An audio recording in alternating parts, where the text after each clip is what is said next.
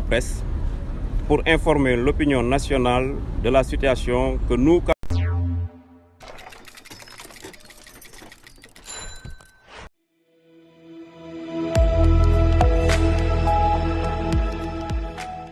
sommes réunis aujourd'hui face à la presse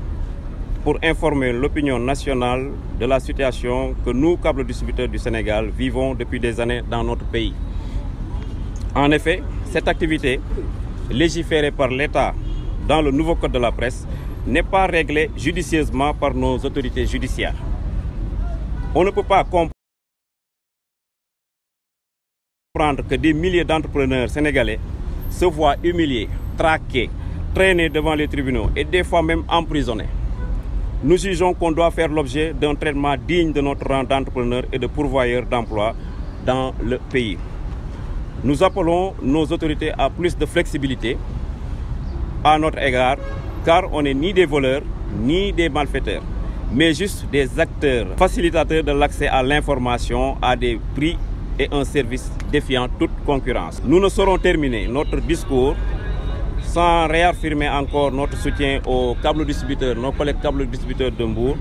et particulièrement à ceux qui ont été interpellés hier au niveau de la police de Mbour,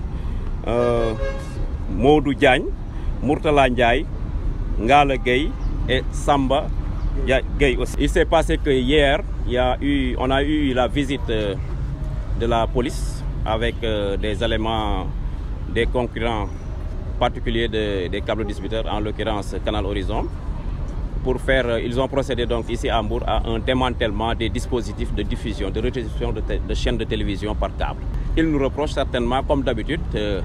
les contenus que nous mettons, c'est-à-dire les chaînes que nous mettons, que nous diffusons à l'intention des spectateurs, des clients sénégalais en fait. On a parfaitement le droit, parce qu'il suffit juste de contracter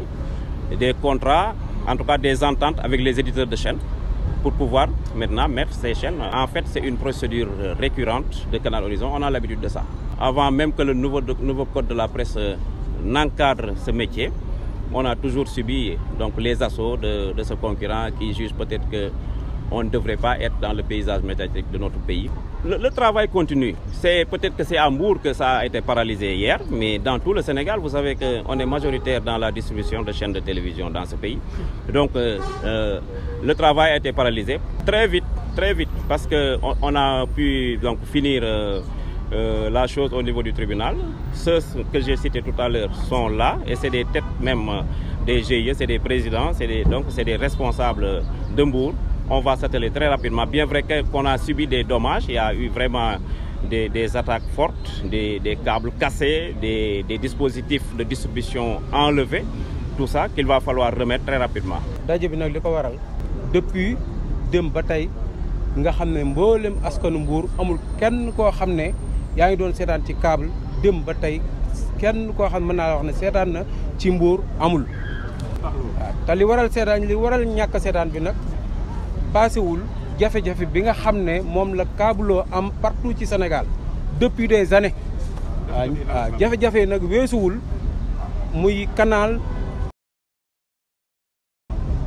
bi nga xam ne ñëpp moom lañ xam suñu ñëwee ci ñun di seet di wut di xool seen i yëf ndax moom la ñuy doxal wala doxaluñ ko bu ñu accès ci suñu centrale yi ñun ay responsable lañ. fii kenn daw fii ay boromi kër ñoo fi ne yor seen i kër yor seen i njaboot yor ay employés di attribuer ci développement réew mi kon kenn ku fi daw mbaa ngay daay amul. waaw bu ñu soxlaa dañuy woo ñu ñëw ñu ubbi centrale yi. ñu xool seen i bagage lan lañ ci moom ak luñ ci moomul loo xamante ni yoon dañ cee war a topp ñun dawuñu daay fu ñuy woo yoon woo ñu wuyu waaye buñ ñëwee dañ dul def loolu fi problème bi nekk mooy buñ ñëwee dañuy def sabotage bi ñuy def mooy bu ñu accès xooluñu luñ moom ak luñ moomul su ñëwee li ñuy njëkk a def mooy bagage matériel yi nga xam ne moo gën a cher permettre ñuy émettre moom la ñuy njëkk a buddi jël yóbbu waaw jël yóbbu suñ ko yóbbee dagg fil yi saboté ko complètement pour pénaliser système bi ba nga xam ne maam câble balaa remettre bagage am yooyu bay takkaat signal bi dana mat ñaari fan wala ñetti fan ca jamono boobu askan waa ngi toog war a am droit à information ñëpp toog te kenn du ko seetaan kenn du seetaan moo xew Mbour démb ba tey kenn seetaanu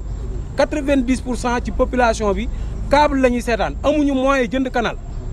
waaw canal nag léegi nag moom mënul nangu accepter loolu depuis des années waaw te ñun lii ñuy def dafa màcc ci social parce que fii da ngay dugg ci kër di encaisser fekk fa situation boo xam ne waxuma la ngay encaisser mais da ngay jël la nga yor nga bàyyi ko fa. dañuy attribuer ci développement réew mi doxal askan yi njaboot yi nga xam ne amuñu moyen ñoom ñi am nañ droit en l'information comme ki am yi milliards ni mu ko amee. droit bi nag li tax ñu am pour def ko mooy code de la presse bi ñu mujjee def reconnaître ne câble bii ñuy def nii ndongu na ne moom ab liggéey la du sàcc du lu ñuy jubati waaw accepté na ne lii ab liggéey la. léegi li ñuy sàkku mooy ñun ba ñu réglementé ñu teg ñu ci yoon lu ñu war a fay ci réew mi comme tout le monde ñu fay ko ñu may ñu suñu jàmm ñu liggéey comme ñi ko ñëpp di defee.